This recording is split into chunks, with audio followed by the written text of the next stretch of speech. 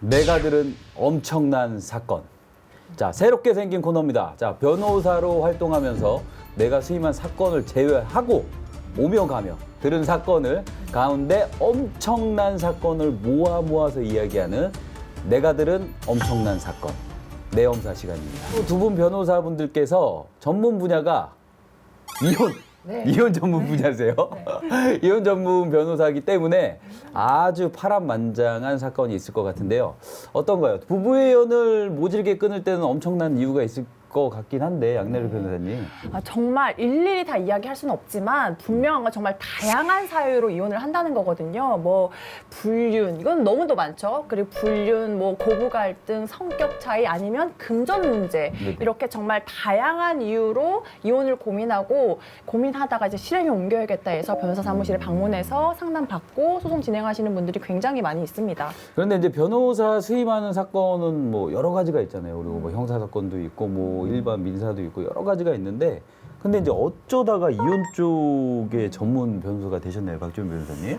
저는 민사, 형사, 가사, 이혼 사건 전부 다 골고루 하고 있긴 한데, 이제 변호사 역할은 어느 분야든지 그 누군가의 고민을 들어주는 것, 그리고 또 단순히 공감하는 것이 아니라 현실적으로 현실적인 도움으로 나아갈 수 있도록 해주는 것이거든요.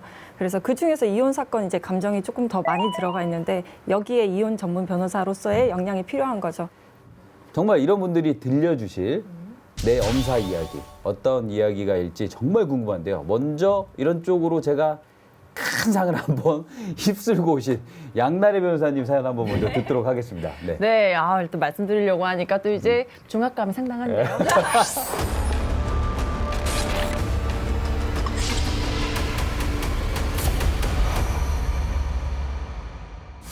어느 40대 중반의 아내분 이야기인데요. 갑자기 어느 날 모르는 번호로 연락이 하나 온 거예요. 그래서 뭐야 하고 봤더니 거기에 당신 남편이 회사에서 직장 내 불륜을 하고 있다, 이런 연락이 온 거예요. 근데 사실 모르는 번호로 그렇게 연락 오면 뭐야, 이 사람 이상하다 이렇게 생각하잖아요. 그래서 장난치지 마세요, 이런 연락 함부로 하지 마세요, 신고할 거예요, 이랬는데 정말 빼박 증거. 남편이 회사 내에 불륜을 하고 있는 사진을 찍은 걸 제보한 거예요. 얼마나 배신감이 컸겠어요. 그래서 제보해 주셔서 감사하다, 저 이거 가만히 놔두지 않고 소송할 거다, 그렇게 된 거죠. 근데 소송을 하기에는 증거가 너무 부족한 것 같아서 걱정이다라고 했더니 그분이, 저도 같은 부서에 재직 중인데 이거 도저히 볼 수가 없어가지고 제보하는 거니까 제가 증거는 찾아가지고 드릴 테니까 걱정하지 마시라, 이렇게 된 거예요. 약간 제3의 조력자 같은 느낌이었죠. 그래서 증거를 충분히 확보하기 시작했어요. 근데 또 내가 이런 일을 겪었는데 다른 사람한테 의존하고 열심히 하지 않는다고 하니까 스스로 내가 얘를 직접 잡아야겠다 싶은 생각이 드신 거죠. 그래서 큰 마음을 먹고 이제 증거 수집을 시작한 거예요. 그런데 남편이 태블릿 PC를 놓고 출근을 한 거예요. 뭔가 그 안에는 판도라의 상자처럼 있을 것 같잖아요. 평소에 워낙에 이제 다 비밀번호도 공유하고 해가지고 네네네네. 오픈이 돼 있었기 때문에 봤는데, 아니, 거기에 불륜녀 증거가 있는 거예요. 그래서 마침 잘 됐다 하고 봤죠. 근데 보다 보니까 뭐야? 한 명이 아닌데? 한 명 더 있는데? 하는 거예요. 2명이요? 2명인 거예요. 그래서 너무 안에 입장 너무 화가 나잖아요. 미쳤네. 약간 느낌 왔어. 나 느낌 왔어. 느낌 왔어요? 네, 느낌 왔어. 말하지 마세요. 네, 느낌 왔어. 느낌이 맞으실 것 같으니까 말씀하지 마세요. 네. 그래서 봤죠. 그래서 뭐야, 한 명도 아니라 2명이야? 내가 직접 발견했으니까 가만 안 둔다, 소송할 거다 하고 다른 여자의 신상을 딱 파악했는데, 네. 처음에 이 아내분한테 증거 제보한 여자 있잖아요. 네. 그 여자도 남편하고 바람을 피우던 그런 여성인 거예요. 그러니까 사내에서 자기가 먼저 불륜을 저지르고 있었는데, 아니, 남편이 다른 여자 만나고 있는 거 보니까 약간 갈아타기식으로. 네네. 어떻게 이럴 수가 있어 하면서 너 죽고 나 죽자 하면서 아내한테 폭로를 한 거죠. 와, 제가 지금 듣기만 했는데도 정말 나쁜 사람이라고 생각이 들기도 하지만 능력자라는 생각이 들기도 하고 그런데 그런 쪽 능력은 네. 없어도 괜찮은데. 그러니까. 그렇죠. 그래도 결국 불륜 양다리를 거쳤던 그 남자 결말은 어찌 됐어요? 아. 그리고 바람핀 여자 두 분도 어떻게 됐나요? 불륜의 끝은 오로지 파국입니다.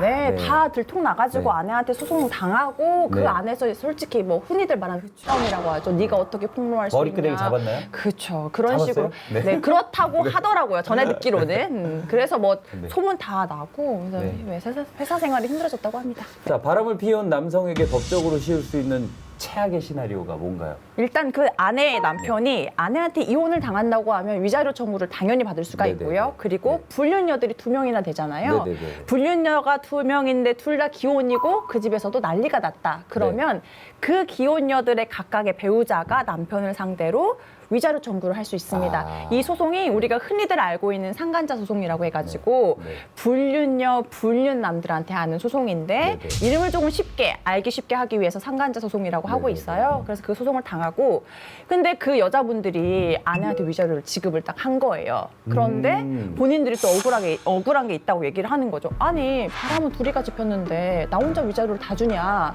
남편 당신도 나랑 같이 잘못했으니까 내가 당신 와이프한테 위자료 준 거 반절 나한테 줘라 하면은 부상권 청구라고 해가지고 민사소송도 당할 수 있거든요. 그래서 이런 식으로 그냥 너 죽고 나 죽고 그냥 다 갈 때까지 가보자 계속 하면 꼬리에 꼬리. 네, 그래서 사실 실질적으로 그렇게 소송이 반복되다 보면 위자료를 받을 수 있는 금액이 높지 않아요. 왜냐하면 구상권 청구는 위자료를 지급한 거에 반절만 또 받을 수 있는 거기 때문에 뭐 1,800이다 하면은 또 900만 원이고 반반이잖아요. 네네. 그렇게 돼서 내가 혼자 하기는 어려우니까 변호사 선임해가지고 진행하고 하면 금전적으로 남는 것도 없거든요. 그런데 이게 워낙에 감정 싸움이 되고 갈 때까지 돈은 필요 갔잖아요. 없다. 너 죽어봐라, 그러니까 이거죠. 네, 네. 그래서 정말 이것이야말로 진짜 파국인 거죠. 네.